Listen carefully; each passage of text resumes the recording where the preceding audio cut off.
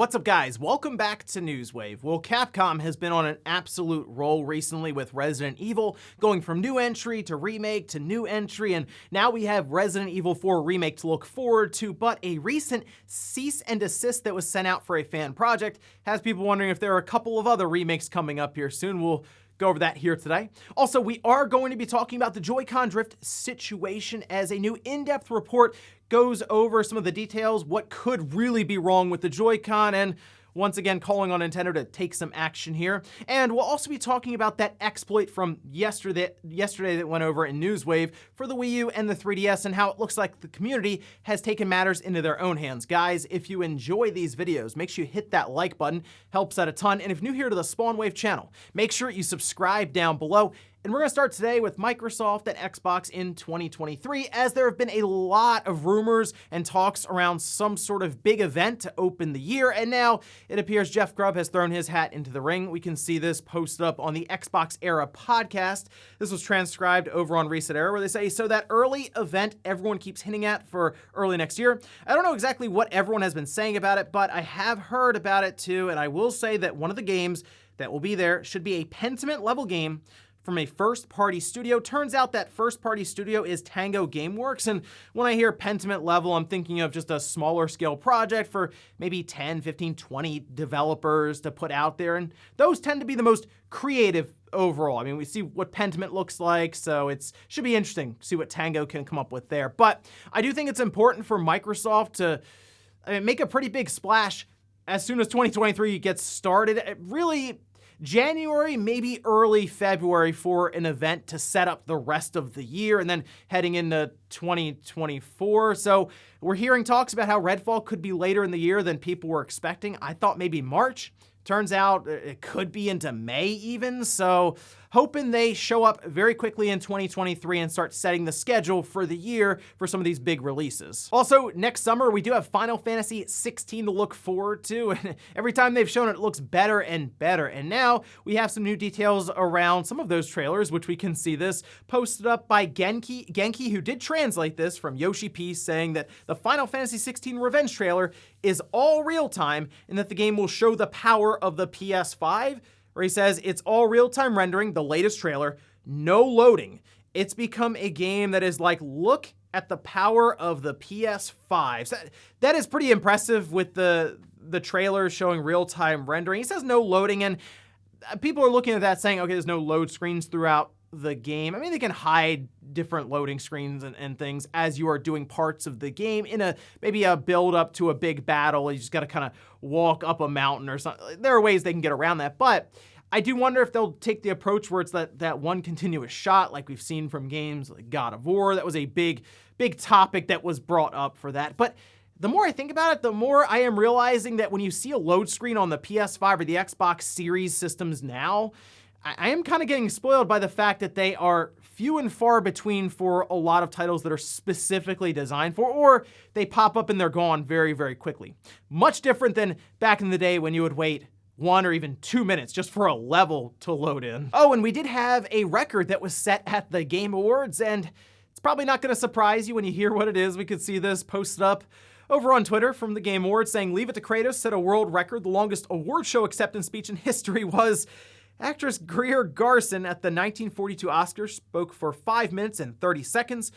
Christopher Judge's speech at the Game Awards was 7 minutes and 59 seconds. Yeah, I guess it is indeed time to call the Guinness Book of World Records. Again, not surprised at all. His speech just kept going on and on and on, and it did get to a point where people were sort of looking around like, wow, this is the start of the show. And yeah, it was just one long acceptance speech. The best part is when they started playing the music that's supposed to give you the hint, okay, we gotta move along with the show, wrap it up, and he just started talking louder, like it was inspiring him to keep going. Well, if anything, hey, he'll find his way into Guinness Book of World Records for it. And guys, with some of the quick news out of the way, let's get into the bigger stuff. Let's start right away with Capcom and a recent cease and desist that they sent out for a fan project. Now, we know Capcom has gone back and they've been doing a lot of these remakes for previous Resident Evil games. We had 2, 3, and soon to be 4, but they have kind of skipped over and even around a couple of previous Resident Evil games, and it looks like they are taking action on some fan projects that are targeting those titles. We can see this posted up over on Twitter. This is from the Resident Evil Code Veronica R account for the remake, saying, Code Veronica and Resident Evil fan remakes are officially canceled by Capcom. We apologize for the inconvenience and disappointment. All info on the developer Discord. Now, in their explanation, apparently Capcom had reached out to them, and it seemed pretty straightforward, pretty even keel there in the beginning, just asking about the game's models, because I looked at some of the footage for these remakes that they've been showing off, which is mostly early footage as they've done the development of these projects. It looked pretty good. It was essentially trying to take Resident Evil and then Code Veronica and give it that third-person over-the-shoulder look and get it closer to what we have with something like Resident Evil 2 Remake. But after a couple of back and forths with Capcom, it very quickly went to, hey, you got to cancel this. Here's a bunch of laws that we will be really holding you to in court if necessary. And they decided, you know what? We're going to back off of this. That's just canceled. Which obviously is leading people to believe that there is some sort of planning in the background at Capcom for a Code Veronica remake or one for the original Resident Evil. And while I'd like to believe that, because I feel like that is really the end goal for Capcom, is to have all of these previous Resident Evil games be accessible on current hardware, look as good as possible, and have that similar control scheme throughout. It's also possible that they looked at this, said, this is our title, Resident Evil. These are our character models, as that's essentially what they're asking them for. It's our likeness, all these different things. We don't want you using it because it could get confused with ours. Oh, yes, and you're collecting money through way of, it looked like Patreon donations, all of this. Once a company feels like they can get you on something like money exchanging hands for a project like that, then they can kind of shut you down, or at least come in with the scare tactic of, here's cease and desist, here's the potential 1 to 2 year roadmap of you taking time and money in court. I will admit though, I'm not sure what Capcom does after Resident Evil 4 Remake. Do you go up to Resident Evil 5? Because then you do get into the territory of, does it need that remake treatment when you have something like a Code Veronica or the original Resident Evil out there? So maybe they do work backwards from 4 with a Code Veronica. Hard to say, but yeah, it looks like Capcom is out there with the cease and desist, shutting down fan projects that are attempting to remake the games that they just haven't yet. Next up, let's talk about Joy-Con drift, which has been ongoing essentially since the Switch released. It's two constants in the world, Joy-Con drift and Switch Pro talk. But let's go over this report that was pushed out there, and I originally saw this here on Eurogamer. It says Nintendo Switch Joy-Con drift due to design flaw. This according to a UK consumer group, and this is from which? With a question, so it's like, which?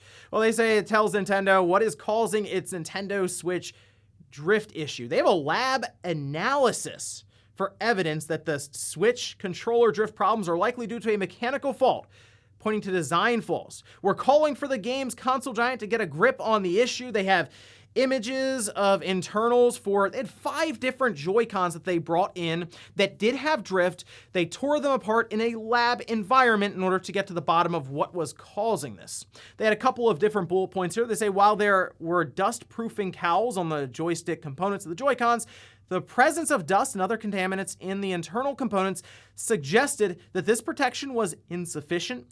All the plastic circuit boards exhibited noticeable wear on the joystick slider contact points. It was concluded that this wear and the drift issue that resulted from it were likely due to a mechanical issue. They did present their findings to Nintendo, and they got a response. Nintendo said the percentage of Joy-Con controllers that have been reported as experiencing issues with the analog stick in the past is small, and we have been making continuous improvements to the Joy-Con analog stick since its launch in 2017. We expect all our hardware to perform as designed, and if anything falls short of this goal, we always encourage consumers to contact Nintendo customer support, who will be happy to openly and leniently resolve any consumer issues related to the Joy-Con controllers. The findings here are not at all surprising to me, because it's what we've been talking about for a couple of years now, and that the Joy-Cons themselves just have a design flaw overall when it comes to the tracking and movement of the joystick with those pads underneath that certainly take a lot of punishment and will start to show it over time. And yeah, debris can also get in there, giving it false readings. Now, which does go on to call for Nintendo to do a bit more, with a lot of it just coming down to replacement or refunds, no quibbles, no questions asked, for Joy-Cons that are experiencing drift. And I think that's the biggest issue right now. It's not very clear-cut across all regions. I've had some people say, like in the US, for example, that they got on the phone with Nintendo America, and it was done. They replaced it for them, no problem at all. But I've had other people in different regions say they were outright refused replacement for their Joy-Cons, and that's the biggest thing is Nintendo really needs to have just a region-wide policy for this where, yeah, there's no questions asked. Joy-Con drift, clearly an issue. We've seen it for a while now, although I will admit it's gotten a lot quieter over the past year or two, and I do wonder if that is just the case of acceptance and people are like, well, my Joy-Con's drifting, I'm gonna get on the phone with Nintendo, and if I can't get a replacement, I'll buy another pair. Or if Nintendo is actually doing things to improve the Joy-Cons overall. My OLED Joy-Cons have not drifted since they came out with the system. And I had my original pair that did, and then I had another pair that did, but since then, that's kind of been it. So I'm curious if anyone out there is still experiencing Joy-Con drift, or if they have gotten to a point where there's just acceptance and it's like, well, eventually Nintendo will launch the next system, and here's hoping it doesn't have the same issues as the current Switch with these Joy-Con controllers. But I guess we'll see if a lab report and analysis looking into the issues around the Joy-Con finding what seems to be a clear design fault and mechanical failure is enough to kind of nudge them along here. Next up, let's talk about PlayStation Studios and a couple of games that may have actually been dated as part of a profile, that being in 2024. We can see this posted up. This is from the PlayStation Studios Visual Arts characters Frank Aliberte on ArtStation, and we have Death Stranding 2. That's 2024. That's not too surprising to hear that and kind of expected. Now, the one that was a bit more interesting is the upcoming first-person shooter in 2024, and this appears to be from Firewalk Studios. Now, the reason that Firewalk Studios is so interesting is because it's a studio that's made up of a bunch of industry veterans and developers. It was founded in 2018, but a lot of these developers have worked on games like Destiny, Call of Duty, Apex Legends, Mass Effect, and Halo. Okay, and you look at that and go, it's a first-person shooter for 2024. We know Sony came to an agreement with them around 2021 to fund and push out a game with them. First-person shooter, live service-based is what the assumption is now. And would this be a new intellectual property, or would Sony give them a game to work on? Could it be a SOCOM game? Could it be Killzone? Could it be Resistance? I kind of feel that they would want to do a new intellectual property, as it's, again, a bunch of industry veterans and developers coming together to be able to create something themselves with Sony's funding. And I wouldn't be surprised if Sony maybe wanted to try a new intellectual property, then tie into the live service setup.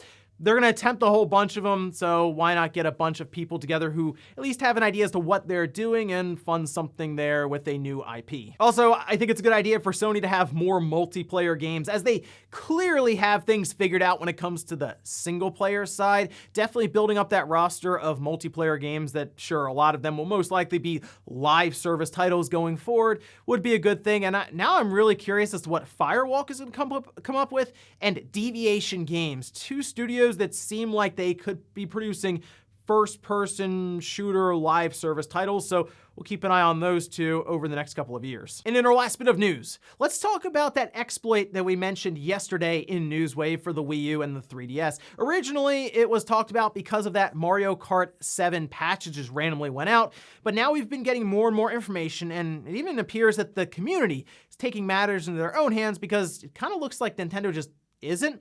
But let's take a look here. This is over on the GitHub page, just detailing this ENL buffer pwn exploit. Now, this was from Pablo, who did put out a fix to Nintendo, collected the bounty on it and everything, so hey, good for them there. But they showed an entire list of games that have been undergoing these fixes.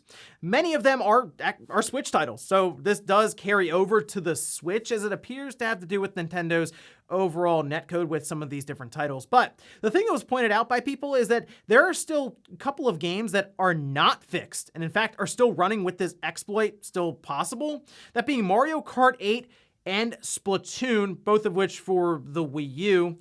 And what was really weird is we can see this posted up by Pretendo. It said, due to Nintendo's refusal to release patches for Wii U titles affected by the recently disclosed RCE exploits, we are officially releasing our own set of security patches which fix these exploits in multiple games.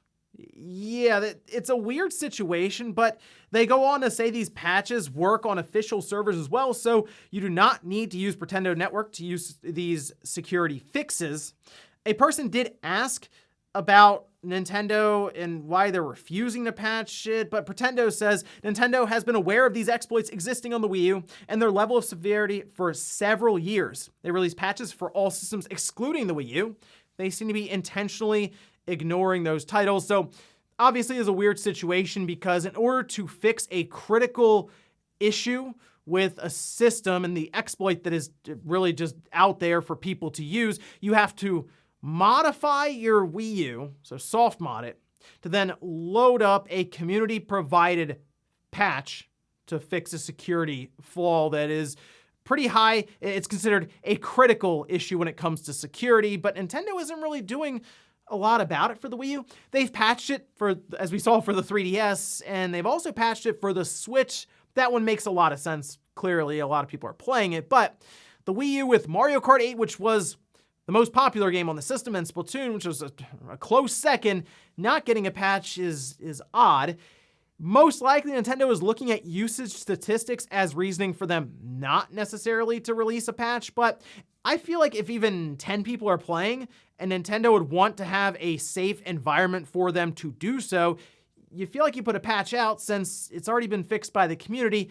How tough would this really be for Nintendo to repair it? Who knows, maybe Nintendo already has plans in the background right now to shut down the online service for some of these games on the Wii U, and we'll find out maybe next year about this, and that's why they're not doing it, or they just realize that there's a couple of people at all playing Splatoon and Mario Kart 8, which is one of the reasons I ran this poll, which it says, is your Wii U still hooked up? 22% say yes, 26% say no, and then 52% say, I don't own a Wii U. So 78% either don't own a Wii U or don't have one hooked up, 22% do, and even those people who do have it hooked up aren't necessarily playing online with Mario Kart 8 or Splatoon. But still, it seems like for such a serious exploit that is out there right now for the Wii U with these titles that allows a person to connect to your game and then do all kinds of stuff to your system, which did include recording audio and video, which, again, that stuff like that sounds strange, or just accessing sensitive data on your system. Seems like that would be priority level for Nintendo, even if it's for a legacy device, because Nintendo does still support online play for those games. And we'll finish up with the comment of the day, as you're seeing here. This is from David saying, look at how good the performance of Final Fantasy Crisis Core is on the PlayStation versus Nintendo. Even in Japan, where you'll always see a complete dominance by Nintendo, I think it shows how much people associate the franchise with PlayStation. No doubt the effect of keeping the major mainline games exclusive to it, like Final Fantasy X Remake and 16. Yeah, Sony has been working to align themselves with Final Fantasy for a while now, clearly. You can go all the way back to Final Fantasy VII, when Square made the jump to the PS1 because of the disc-based format. But still, Sony has been making an even more serious push with 7 Remake, that entire series seemingly going to be exclusive to PlayStation, and now 16. So it's not shocking to see Crisis Core show up on the Japan sales charts and actually outsell the Switch version completely, PS4 and PS5 combined, despite there being a significant amount more Switch consoles available there. And if you think about it, Crisis Core was originally on the PSP, a PlayStation platform, so that Rebirth coming up on the PS5, it all does kind of line up for it to do really well on PlayStation platforms, so it's not shocking at all to see. And ladies and gentlemen, that's going to do it here for Newswave. If you enjoyed this video, guys, hit that like button. If not, hit the dislike. Leave comments down below about everything we talked about here today, whether it's Capcom sending a cease and desist letter to shut down remakes for Resident Evil and Code Veronica. Do you think they have plans for remakes of these titles in the future? And then also, what about the Joy-Con drift situation? Now with a group in the UK getting lab results showing a design flaw for them and getting a response from Nintendo, do you think anything actually gets resolved for Joy-Con drift this generation? Thanks guys for watching, and I'll see you next time.